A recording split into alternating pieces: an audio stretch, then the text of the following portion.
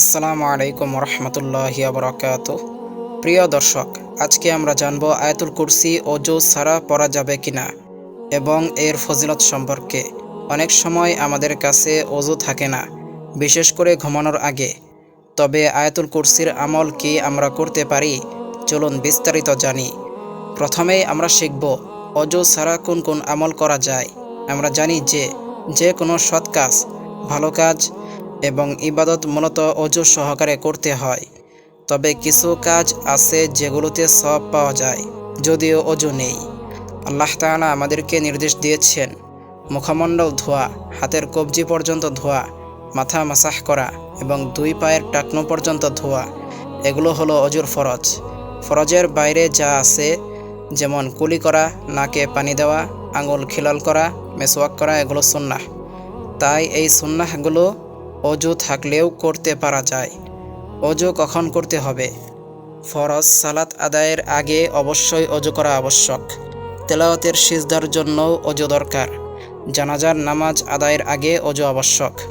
পবিত্র কুরআন স্পর্শ করার সময়ও অজু প্রয়োজন। তাওয়াফের সময়ও অজু করা ওয়াজিব। তবে ঘুমানোর আগে অজু করা মুস্তাহাব। এতে শয়তান, খারাপ স্বপ্ন এবং ভয় থেকে রক্ষা পাওয়া যায়। এবার মূল বিষয়, আয়াতুল কুরসি। আয়াতুল কুরসি পড়তে অজু করা জরুরি নয়। যদি আপনি মুখস্থ পড়েন, যদি কুরআন দেখে পড়েন, তবে অবশ্যই অজু করে কুরআন হাতে নিয়ে পড়তে হবে। ঘুমানোর আগে বা রাতে অজু না থাকলেও আপনি মুখস্থ আয়াতুল কুরসি পড়তে পারবেন। সকালে ও সন্ধ্যায়ও এটি পড়তে পারেন এবং এতে শয়তান ও দুষ্ট জিন থেকে নিরাপত্তা লাভ হয়। আয়াতুল কুরসির ফজিলত অপরিসীম। 5 ওয়াক্ত নামাজের পরে নিয়মিত পড়লে জান্নাতে প্রবেশ সহজ হয়।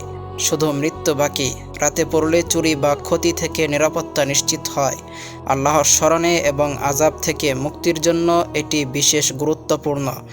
এই আয়াতুল কুরসির আমল যত বেশি সম্ভব করুন, সকালে, রাতে এবং নামাজের পরে। ইনশাআল্লাহ আল্লাহ তাআলা আপনাকে সকল বিপদ ও মুসিবত থেকে রক্ষা করবেন। প্রিয় দর্শক, আজকের ভিডিও এখানেই শেষ হলো।